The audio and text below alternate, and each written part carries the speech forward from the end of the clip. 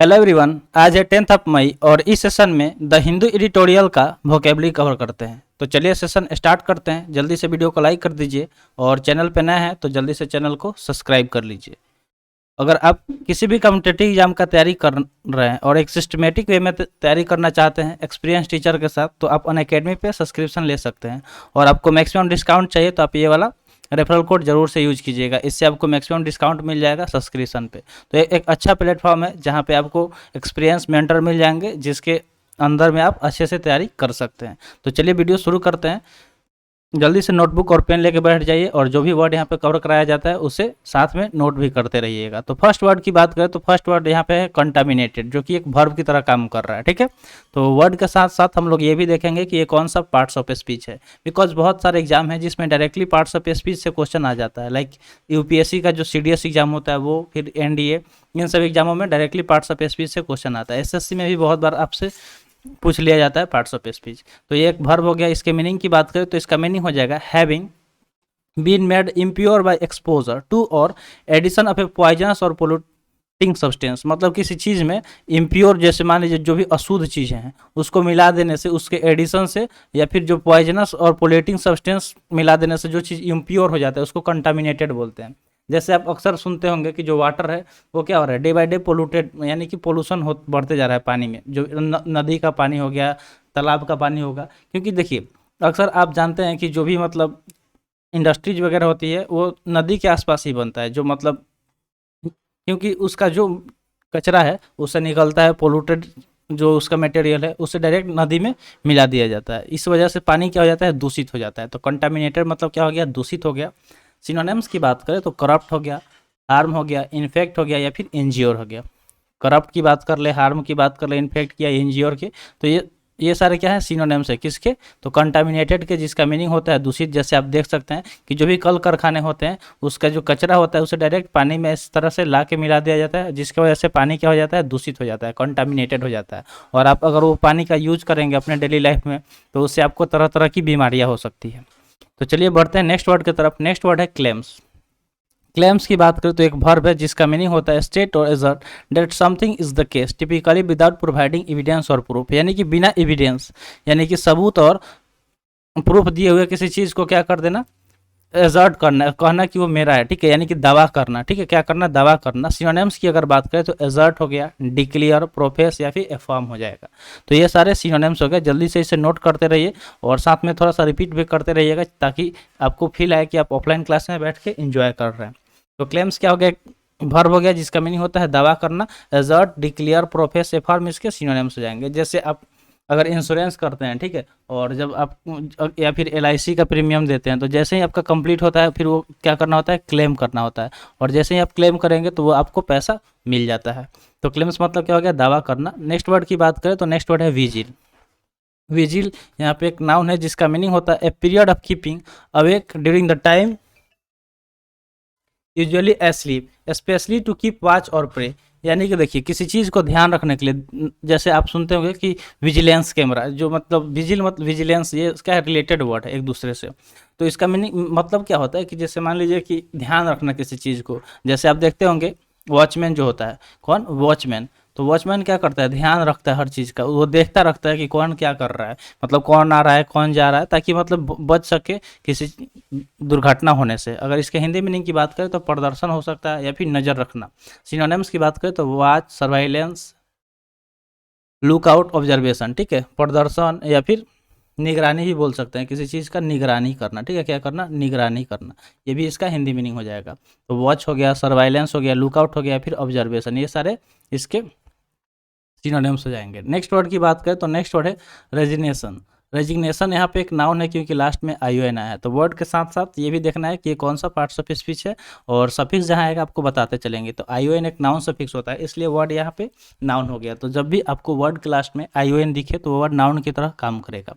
इसका मीनिंग होता है लीव ए जॉब और ऑफिस, यानी कि मान लीजिए कि आप किसी जॉब में कार्यरत हैं, ठीक है, आप जॉब कर रहे हैं या फिर किसी ऑफिस में, और अचानक मतलब किसी भी रीजन से आपको वो ऑफिस छोड़ रहे हैं, ठीक है, उससे क्या कर रहे हैं, छोड़ रहे हैं उस काम को या उस ऑफिस को, तो उसको बोलेंगे रेजिग्नेशन। जैसे मान लीजिए कि आप एसएससी तो एग्ज़ाम क्लियर किया, ठीक है, और अब CHSL में आपका ज्वाइनिंग हो गया, ठीक है। पिछले साल आपका मान लीजिए ज्वाइनिंग हो गया था और फिर से आपने तैयारी किया SSC का एग्ज़ाम का और आपने CGL क्रैक कर लिया, तो आप क्या करेंगे, CGL ज्वाइन करने के लिए आपको CHSL से क्या करना पड़ेगा, रेजिग्नेशन देना पड़ेगा, यानी कि इस्तीफा देना पड़ेगा। जब आप ये ऑफिस छोड़ेंगे तब दूसरा ज्वाइन कर सकते हैं, एक साथ तो आप मल्टी वर्क नहीं कर सकते, तो इसलिए क्या होगा, आपको रेजिग्नेशन देना पड़ेगा। तो ऐसे आप डेली लाइफ से इसको रिलेट करके याद कीजिए, वर्ड को इजीली याद हो जाएगा। तो इस्तीफा इसका हिंदी मीनिंग हो जाता है, क्या हो जाता है, इस्तीफा। सिनोनिम्स की बात करें तो अबेंडन, रेलिंक्विश, सरेंडर या फिर वेव, ये सारे इसके सिनोनिम्स हो जाएगा, ठीक है। सरेंडर हो गया, रेलिंक्विश हो गया, वेव हो गया या फिर अबेंडन, इन सब का मतलब क्या होता है, इस्तीफा देना या फिर त्याग देना, किसी चीज़ को त्याग कर देना, ठीक है, त्याग कर देना। जैसे मान लीजिए कि आप जॉब है उसे छोड़ दिए, जैसे यहाँ पे दिया रहा है कि आई क्वाइट, यानी कि मैं छोड़ रहा हूँ। नेक्स्ट वर्ड की बात करें तो नेक्स्ट वर्ड है एनार्की, जो कि एक नाउन है। एनार्की यहाँ पे एक नाउन हो गया जिसका मीनिंग होता है a state of disorder due to absence of non recognition of authority और अदर कंट्रोलिंग सिस्टम। एनार्की मतलब होता है कि ऐसी अवस्था जिसमें सब चीज़ें क्या डिसऑर्डर तरीके से हो, जिसमें क्या अब्सेंस हो, किसी चीज अनुपस्थिति हो, नॉन रिकॉग्निशन ऑफ अथॉरिटी का, यानी कि अथॉरिटी मतलब क्या होता है, जो मतलब ऑफिशियल जो होते हैं, अथॉरिटी जो आधिकारिक लोग होते हैं उनका वहाँ पे अब्सेंस होता है, और अदर कंट्रोलिंग सिस्टम, और जो भी यहाँ पे कंट्रोलिंग सिस्टम है, नियंत्रण करने वाले जो तंत्र होते हैं वो वहाँ पे अब्सेंस है, उसको एनार्की बोलेंगे, यानी कि अराजकता इसका हिंदी में नहीं हो जाएगा। सिनोनिम्स की बात करें तो चॉस, कन्फ्यूजन, डिसऑर्डर या फिर डिसऑर्गेनाइजेशन। जैसे मान लीजिए कि जो देश में आपका देश चला रहा है, जो पूरा गवर्नमेंट है, और अचानक से गवर्नमेंट का कंट्रोल हट गया देश से, तो क्या होगा, तहस नहस हो जाएगा, सब चीज़ें, सारा सिस्टम इधर उधर हो जाएगा, उसको एनार्की बोला जाता है, ठीक है। चाओज, कन्फ्यूजन, डिसऑर्डर या फिर डिसऑर्गेनाइजेशन, ये सारे इसके क्या हो जाएंगे, सिनोनिम्स हो जाएंगे। जब मान लीजिए कि सिस्टम को कंट्रोल करने वाला अगर नहीं होगा, तो सारे सिस्टम लोग अपने मर्जी से यूज करेंगे, तो उसको क्या बोला जाएगा, एनार्की बोला जाएगा। अब चलिए होमवर्क का डिस्कस कर लेते हैं कि होमवर्क में आपको क्या करना है।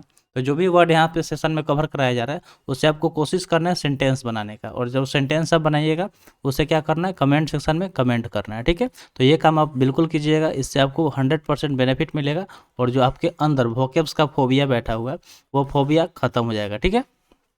तो चलिए बढ़ते हैं नेक्स्ट वर्ड की तरफ। नेक्स्ट वर्ड है एलेज्ड, जो कि एक एडजेक्टिव की तरह काम कर रहा है, जिसका मीनिंग होता है शायद without proof, to have taken place or to have specified illegal or undesirable quality, यानी कि बिना किसी सबूत के, बिना किसी गवाह के किसी के बारे में ये बोलना कि वो क्या कर रहा है, कोई भी इलीगल काम कर रहा है, ठीक है, वो इलीगल काम कर रहा है, या फिर वो उसके अंदर अनडिजायरेबल क्वालिटी है, यानी कि जो क्वालिटी जो लोग पसंद ना करते हो, तो उसको एलेज बोलेंगे, यानी कि कथित, इसका हिंदी मीनिंग हो जाएगा, यानी कि किसी के कहने के आधार पर।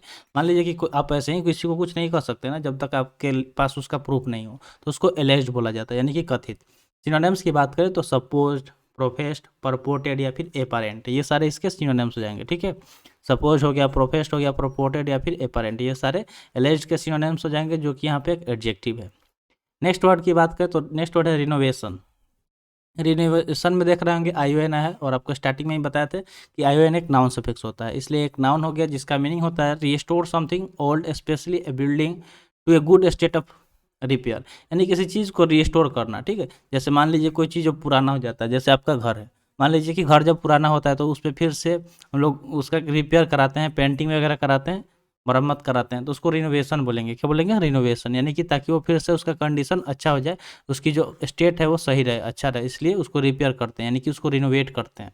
तो सुधारना इसका हिंदी मीनिंग हो जाएगा। सिनोनिम्स की बात करें तो रीडेकोरेट, रीफॉर्बिश, रिवैम्प या फिर रिकंडीशन, ये सारे इसके सिनोनिम्स हो जाएंगे, ठीक है। रीडेकोरेट यानी कि फिर से सजाना, रिफर्बिश आप अगर फ़ोन वगैरह लेना चाहते हैं कम दाम में, तो एक होता है कि जो यूज मोबाइल है, जो पहले से मोबाइल यूज है, उसको दोबारा से उसको रिपेयर करके और फिर उसे मार्केट में सेल कर दिया जाता है, तो वो आपको मतलब 60% के आसपास में मिल जाएगा, ठीक है। जो पहले मान लीजिए कि 10,000 किसी चीज़ का प्राइस था, तो वो चीज़ आपको 6,000 में मिल जाएगा, ठीक है। उसको फिर से नया करके दे दिया जाता है, तो उसको यूज किया हुआ फ़ोन बोला जाता है, यानी कि रिफर्बिश्ड बोला जाता है। तो आई होप आपको रिफर्बिश्ड समझ में आ गया होगा। ये सारे रिनोवेशन के क्या है, सिनोनिम्स है। रिवैम्प हो गया या फिर रिकंडीशन, यानी किसी चीज़ की कंडीशन को फिर से ठीक कर देना। जैसे आप देख रहे हैं यहाँ कि घर के कंडीशन को फिर से सही किया जा रहा है, यहाँ पे पुराना कंडीशन है और इधर नया कंडीशन दिख रहा है, देखिए ये पुराना वाला है और ये नया वाला है। नेक्स्ट वर्ड की बात करें तो नेक्स्ट वर्ड है कैंपियन, जो कि एक नाउन है। ये क्या है, एक नाउन है जिसका मीनिंग होता है a plan to do a number of things in order to achieve a special aim, यानी कि किसी एक स्पेशल एम, किसी एक खास लक्ष्य को प्राप्त करने के लिए, अचीव करने के लिए, ठीक है, उसको क्या करने के लिए, अचीव, अचीव मतलब प्राप्त करने के लिए जो प्लान किए हुए हैं ए नंबर ऑफ थिंग, उसको क्या बोलते हैं, कैंपियन। जैसे मान लीजिए कि आपका टारगेट है एसएससी सीजीएल 2023 का एग्ज़ाम क्लियर करना, ठीक है। तो इसके लिए आपको बहुत सारा प्लानिंग करना पड़ेगा कि आप मैथ किससे पढ़ेंगे, आप इंग्लिश किससे पढ़ेंगे, आप रीजनिंग किससे पढ़ेंगे, आप जीके किससे पढ़ेंगे, ठीक है। ये सारे आप प्लान किए होंगे, कौन सब्जेक्ट पे कितना टाइम देना होगा। तो जो अलग अलग आप चीज़ें प्लान कर रहे हैं और उस हिसाब से उस चीज़ को पाने के लिए जिसके लिए आप तैयारी कर रहे हैं, वो सारे काम कर रहे हैं, उसको कैंपियन बोला जाता है, यानी कि अभियान इसका हिंदी मीनिंग हो जाएगा, ठीक है। जैसे आज के डेट में देख लीजिए हमारे देश में बहुत ज़्यादा पोल्यूशन फैल रहा है, तो पोल्यूशन को कंट्रोल करने के लिए गवर्नमेंट अलग अलग तरह की प्लानिंग करती है। कभी डीजल पेट्रोल वाले गाड़ी की संख्या कम कर दे रही है, सीएनजी ज़्यादा इसको ज़्यादा वो कर रही है, बढ़ावा दे रही है, फिर से इलेक्ट्रिक गाड़ी का बढ़ावा दे रही है, ताकि क्या हो कि जो पोल्यूशन है, जो एयर पोल्यूशन है, वो सब चीज़ को अपने कंट्रोल में ले लिया जाए, ठीक है। इसलिए कैंपेन आते रहता है, यानी कि अभियान इसका हिंदी मीनिंग हो गया। सिनोनिम्स की बात करें तो क्रूसेड हो गया, ड्राइव, पुश, एफर्ट, ये सारे इसके सिनोनिम्स हो जाएंगे। क्रूसेड, ड्राइव, पुश या फिर एफर्ट, ये सारे क्या हो जाएंगे, सिनोनिम्स हो जाएंगे। नेक्स्ट वर्ड की बात करें तो नेक्स्ट वर्ड है करप्शन।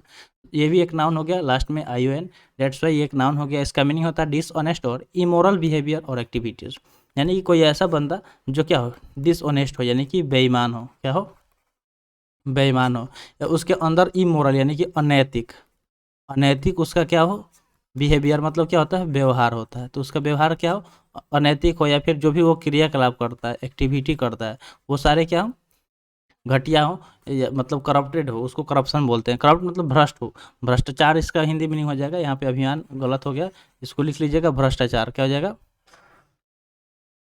भ्रष्टाचार, ठीक है।